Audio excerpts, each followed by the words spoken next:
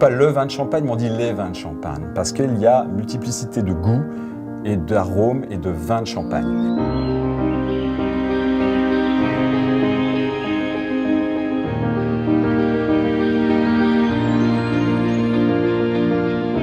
Le travail d'une bouteille de champagne, c'est un travail de longue haleine.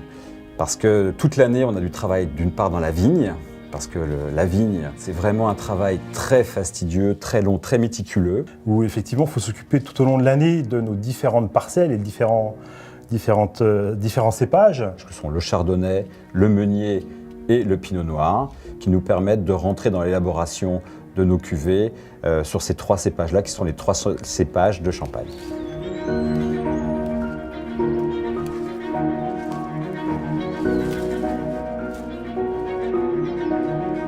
Dans la vigne, on a une zone ici de climat qui est plutôt froid. On essaie de garder les pieds le plus proche du sol. En fait, la terre va réchauffer le pied de la vigne. Et donc, on fait tourner notre pied de façon à ce qu'il se dirige toujours vers le haut.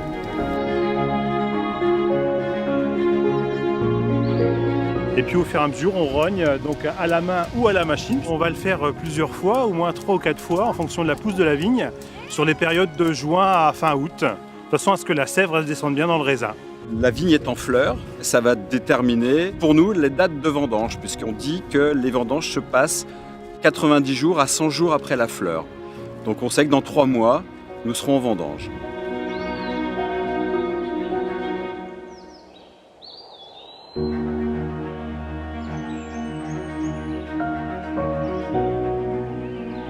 Donc les vendanges, comment ça se passe chez nous? Donc c'est une équipe qui vient, effectivement, une dizaine de personnes.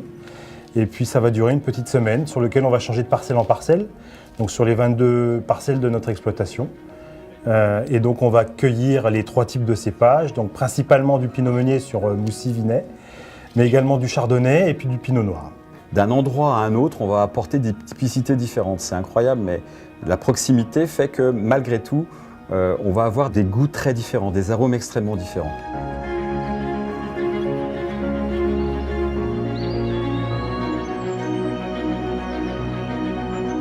Juste après les vendanges, va commencer le travail de vinification. Le plus important, c'est les raisins qui m'amènent, c'est la qualité des raisins. En fait, tu ne peux pas faire du bon vin si tu n'as pas les raisins de bonne qualité.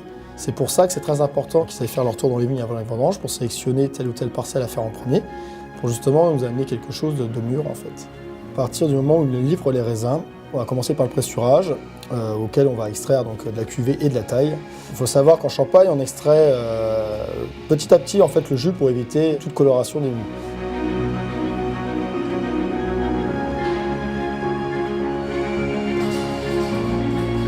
Une fois la presse réalisée, le jus, qu'on appelle le vin doux, va subir une première fermentation en cuve. On va mettre des levures à l'intérieur du jus de raisin pour faire la fermentation alcoolique, c'est-à-dire la transformation du sucre en alcool, qui dure à peu près entre 5 et 6 jours, à une température de 17 degrés.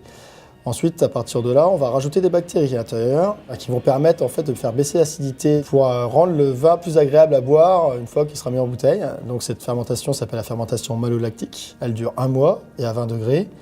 Et à la fin de toutes ces étapes-là, en fait, de fermentation, on va soutirer les cuves, c'est-à-dire qu'on va les séparer de leur phase liquide, donc du vin, et des phases solides, donc qui sont composées de levures et de bactéries.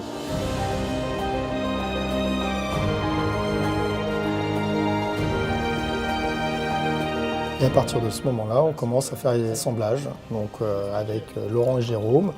On s'assoit autour d'une table, on déguste différentes cuvées. Donc on va effectivement utiliser plutôt tel cépage, on va mélanger les cépages, on va mélanger les années et on va mélanger les origines. Tel un peintre, on va composer notre tableau en travaillant différents cépages pour que la palette aromatique que l'on veut au final soit celle qui nous corresponde. Une fois que nos assemblages sont réalisés, on va procéder à la mise en bouteille et la mise en bouteille va nous permettre, avec l'apport de levure, de subir une fermentation. Et comme la bouteille est fermée hermétiquement, en fait, le gaz se dissout à l'intérieur du vin et se transforme donc en champagne, ce qu'on appelle la prise de mousse.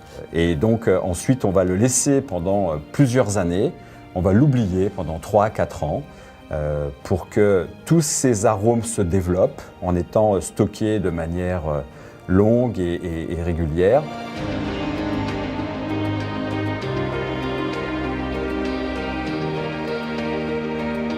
Une fois que ce vieillissement a été réalisé, on va pouvoir procéder à ce qu'on appelle le dégorgement. Donc on va mettre les bouteilles, comme vous le voyez à côté de moi, sur des pupitres où les levures qui se sont transformées en gaz carbonique vont rester sur la bouteille et vont descendre dans le goulot. Nous procéderons alors au dégorgement.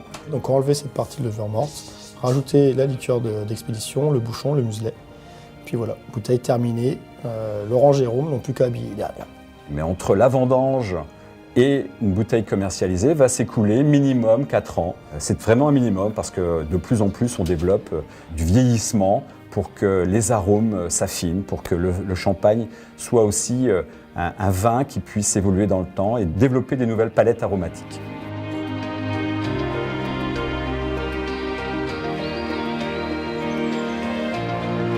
Pour vous expliquer un petit peu ce que c'est que la maison Champagne-Barthélemy-Pinault, donc c'est une maison familiale donc, qui a été créée par nos parents. Donc on est 2 exploitants aujourd'hui, Laurent, mon frère et moi-même. On a une exploitation familiale de 2,5 hectares.